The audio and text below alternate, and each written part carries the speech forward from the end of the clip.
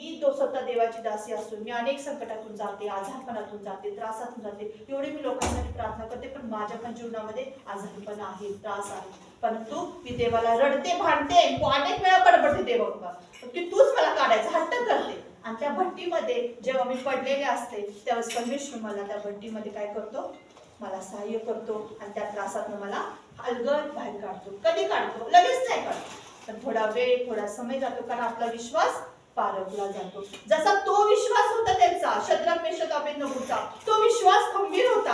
आजच्या या जगामध्ये आपण जगत असताना आपल्या लोकांमध्ये तो विश्वास आढळत नाही, कुठेतरी संशय असतो. जसं पास्टरने सांगितलं, गोळी खाल्ल्यानंतर आपल्याला बरं वाटते, त्यांची कंबर राहिली, त्यांना असं वाटते गोळीने मला बरं केलं का, आरोग्य मला मिळालं आणि मला देवाने प्रार्थना केली आरोग्य मिळालं नाही.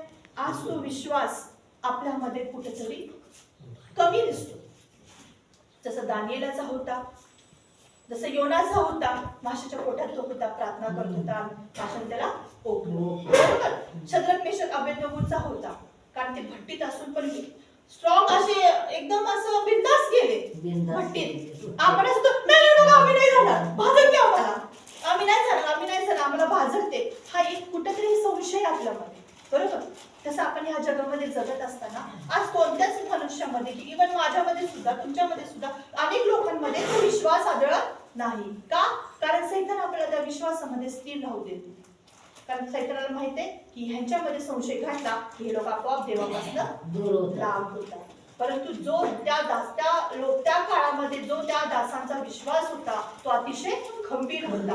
म्हणून 7 पट तापलेल्या भट्टीमध्ये ते मोकळे फिरत होते. त्यात परमेश्वर त्यांच्या सोबत राहिला, कारण विश्वासाने त्यामध्ये ते उतरले. आज हे जग म्हणजे एक भट्टी आहे, लोकांचे त्रास म्हणजे ती अग्नी आहे. आणि या अग्नीमध्ये आपण जेव्हा विश्वासाने उतरतो, खंबीर राहतो, तेव्हा देव बाप आपल्याला काय करतो, सहाय्य करतो. जसा शद्रक मेशक अबेदनगोला कुठल्या प्रकारच्या भट्टीमध्ये त्या जाळाचा काय झाला, त्रास नाही.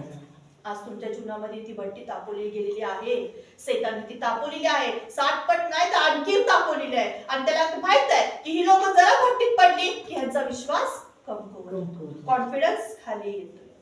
चर्च मध्ये आपण प्रार्थना करतो, बाहेर जातो आणि ती भट्टी तापलेलीच असते. फक्त सैतान आपल्याला असं उचलून असं टाकलेलं असते, परीक्षा घेत असते. आपण त्यात पडलो, नाही बाबा लय त्रास व्हायला लागलाय.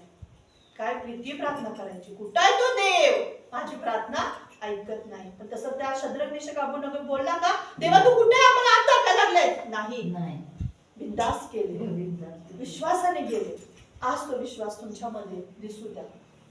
ओव्हर कॉन्फिडन्स व्हायचं नाही, फक्त विश्वासामध्ये चालायचं आणि अग्नी स्वतः निर्माण नाही करायचं.